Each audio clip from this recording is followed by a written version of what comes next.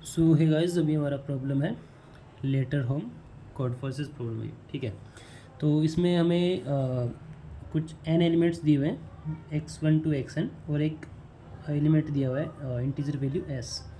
तो ये हमारे जो इंटीजर्स है वो x एक्सिस पे होंगे। ठीक है, इस पर कहीं भी होंगे x1 x2 up to xn।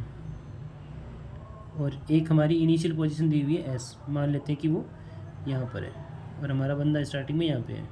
ठीक है, अब क्या करना है कि उसको हर एलिमेंट से गुजरना होगा x1 x2 xn, अब सबसे एटलीस्ट वंस। ठीक है, तो अगर वो यहाँ पे है तो इसको इन एलिमेंट्स पे भी जाना होगा x1 x2, फिर वापस इधर भी आना होगा, या फिर वो पहले इधर जा सकता है या और उसके बाद इधर जा सकता है। ठीक है, और एक स्टेप में वो एक इंटीजर ही मूव कर सकता है।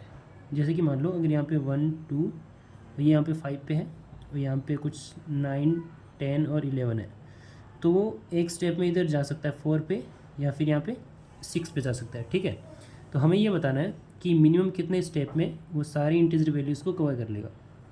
ठीक है, तो अभी देखो ये हमारी लाइन है, इस पर कहीं पे हमारा फर्स्ट एलिमेंट होगा और कहीं पे हमारा लास्ट एलिमेंट होगा, बीच में सारे इंटीजर्स होंगे। तो हमें पता है कि ओवरऑल हमें यही रेंज कवर करनी है। ठीक है, अब हमारे पास कितने केस हो सकते हैं। पहला केस कि जो हमारा एस है वो इन दोनों के बीच में हो। ठीक है, हो सकता है कि x1 यहाँ पे हो और xn यहाँ पे हो और s हमारा यहाँ कहीं पे बीच में हो। ठीक है, बीच में मतलब सेंटर में ज़रूरी नहीं है, इस रेंज में कहीं भी हो सकता है। दूसरा केस क्या हो सकता है कि x1 यहाँ पे है, xn यहाँ पे है और s हमारा x1 से लेके या फिर उससे पीछे कहीं भी हो। ठीक है, यहाँ पे हो या फिर वो x1 पे भी हो सकता है। ठीक है, तीसरा केस क्या हो सकता है कि x1 यहाँ पे है और xn यहाँ पे है, तो हमारा जो s है वो xn से आगे कहीं भी हो सकता है इंक्लूडिंग xn। ठीक है, मान लेते हैं यहाँ पे। अब तीनों केस में हम देख लेते हैं क्या होगा। तो इसमें देखो अगर ये डिस्टेंस कम है तो वो क्या करेगा, पहले इधर जाएगा फिर यहाँ से इतना जाएगा। ठीक है, अगर ये डिस्टेंस कम हुई तो वो पहले इधर जाएगा फिर वापस यहाँ से वहाँ तक जाएगा। तो ये डिस्टेंस तो हमारे पास आ ही रही है हर केस में, राइट।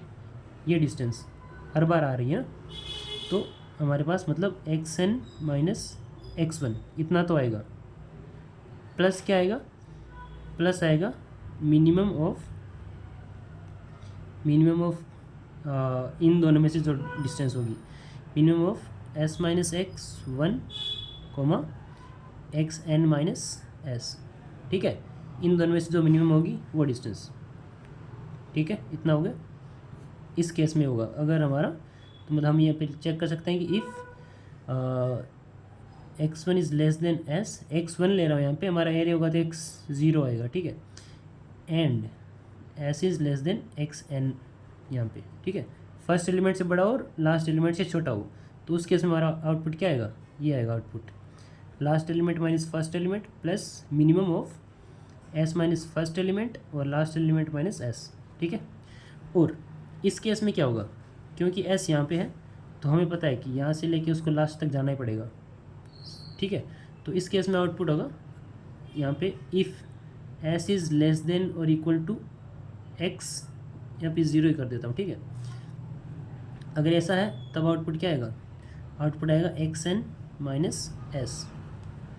और इस केस में आउटपुट क्या आएगा कि इफ़ हमारी कंडीशन क्या होगी, if s is greater than और इक्वल xn माइनस 1, यहाँ पर मैंने n माइनस 1 लिया है। ठीक है, लास्ट एलिमेंट है ये, तब आउटपुट क्या आएगा, तब आउटपुट आएगा उसको यहाँ से लेके यहाँ तक जाना होगा फर्स्ट एलिमेंट तक, राइट।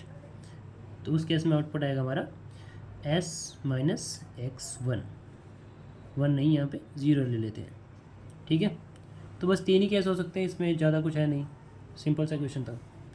कोड आप इजीली कर सकते हो, यहाँ पे 3 कंडीशन बनानी है सिंपल, कि अगर ये हो तो आउटपुट ये हो जाए, अगर ये हो तो आउटपुट ये हो जाए, अगर ये हो तो आउटपुट ये हो जाए। That's it, thank you so much.